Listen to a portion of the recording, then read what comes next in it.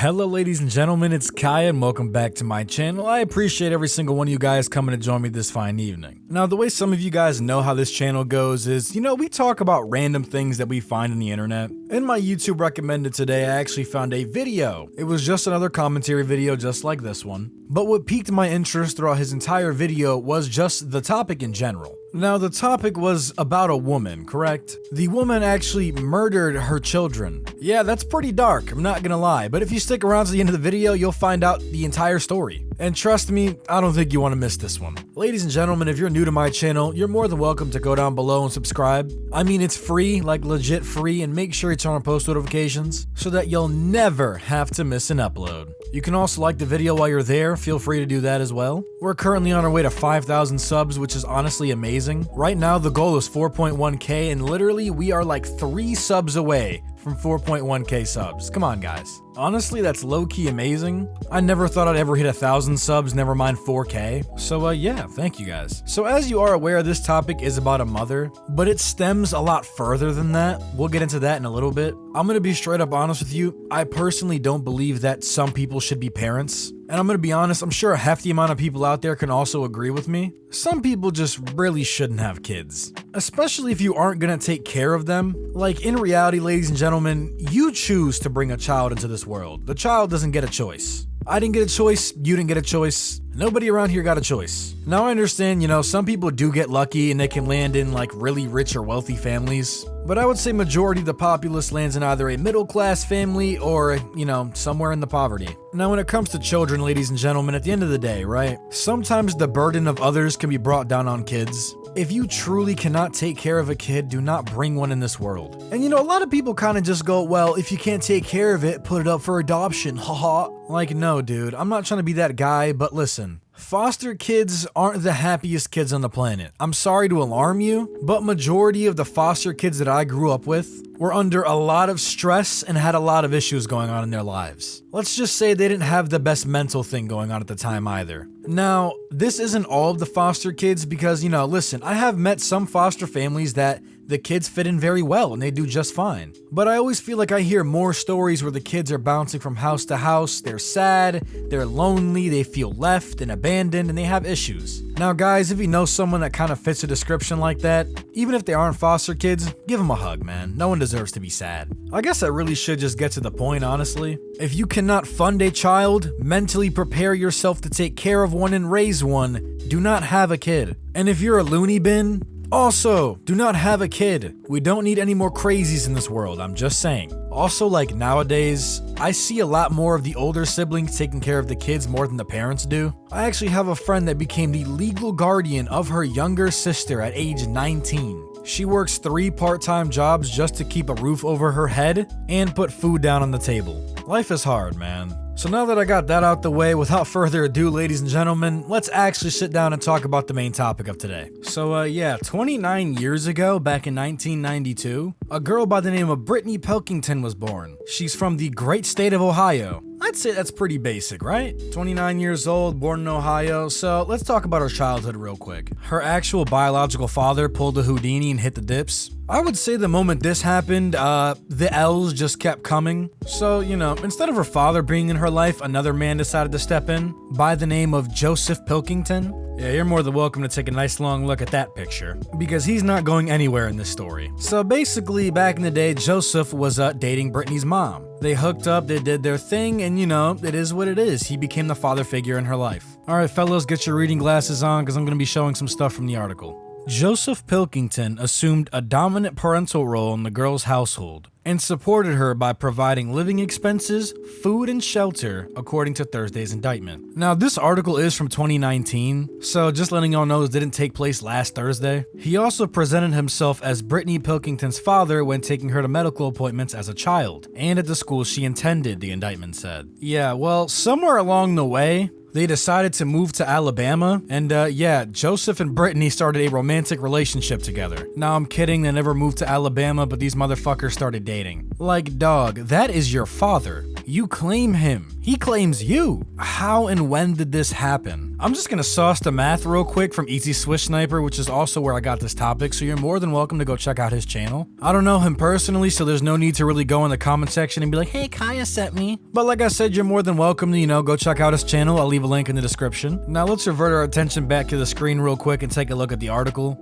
I would say this next part is where I'm gonna start saying I don't think people should be parents. And yeah, here's why. Pelkington's mother said she and Joseph Pelkington were in a romantic relationship and she was not bothered when he took up with her daughter instead. You've gotta be fucking kidding me. I'm sorry, but if I had a son, there's no way in hell I'm gonna let my ex-wife be with my son. I would never let the stepmom somehow miraculously be in a relationship with my child. It's just not gonna happen. I would never let that happen. A lot of normal parents would never let this happen. Usually what happens is like they both sneak away and they just randomly pop up somewhere. But no, she's like, yeah, you can be with my daughter. Fuck no.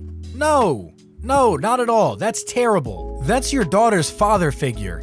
How is she gonna feel? And I feel like her being in a relationship with her stepdad isn't a good thing, obviously. And I think I'll bring it up a little more later into the video as well when we get there, but I wouldn't be surprised if there was any physical or mental abuse between Joseph and Brittany. And I'm gonna be realistic, I'm not gonna sit here and defend Brittany for any of the dumb shit she's gonna be doing at the end of this article. And in my opinion, since she's a mother, what she did was unacceptable. But somebody's mental state always caters to where they come from. You are truly a product of your environment, and I stand true to that. It's very obvious, like blatantly obvious, Brittany didn't grow up in a normal household. I mean, for crying out loud, she's fucking her stepdad. If that doesn't scream screwed up, then I don't know what does. Like literally, and I'm saying this right now, you should not be allowing your 15 or 16-year-old daughter to be dating a grown-ass man. But I guess I digress. Parent of the fucking year. So when Brittany was 17, she had her first kid, and then over the years she continued to have more. She wound up with 3 boys and 1 girl, and I need you guys to understand that it is a very important point of the story, especially that she has a daughter. According to the Logan County prosecutor, in her mind, Gosley said, she was protecting her daughter from being not as loved as the boys were by their father.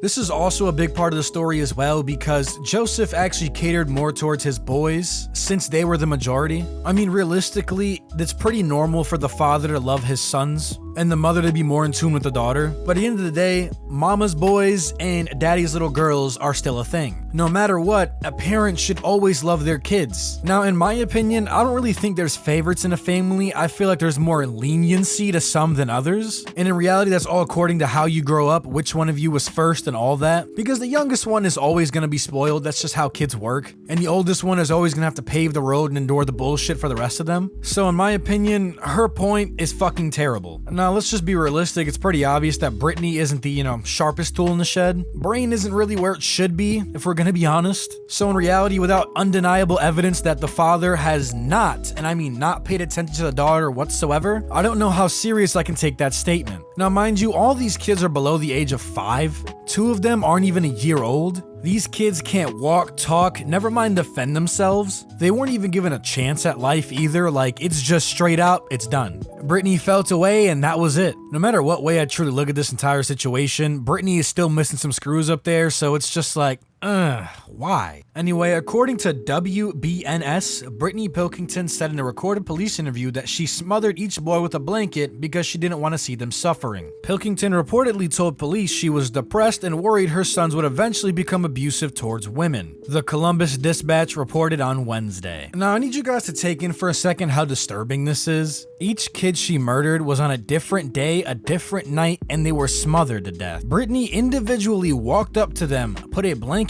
over their face so they can cease breathing and depart from this world. Now, these aren't like 15, 16-year-olds that can really, put the beat down if it's necessary. These are infants that thought they were coming to get a little night's kiss or some shit from their mother that they love dearly, more than likely. Because the innocence of a child will never realize how fucked up someone truly is until they're older. She said each time she put a blanket over the faces of her sons until they stopped breathing, she waited for her husband, Joseph, to find them when he returned home from his second shift job. She said she didn't tell her husband what she had done because she was scared. Now, telling whether she was scared to tell Joseph or scared of the consequences that she would get. She probably thought she could get away with this, and I don't understand how she thought you can get away with this. I mean, there was literally a pattern Pelkington, 24, has pleaded not guilty to 3 counts of aggravated M-word in the deaths of Niall, Gavin, and Noah. She told investigators she did it because her husband paid more attention to the boys than she did to their daughter. Now, I need you guys to understand that this mother sat there and robbed her children of their lives. They weren't even given a chance out of the fear that they would just be misogynists and beat women.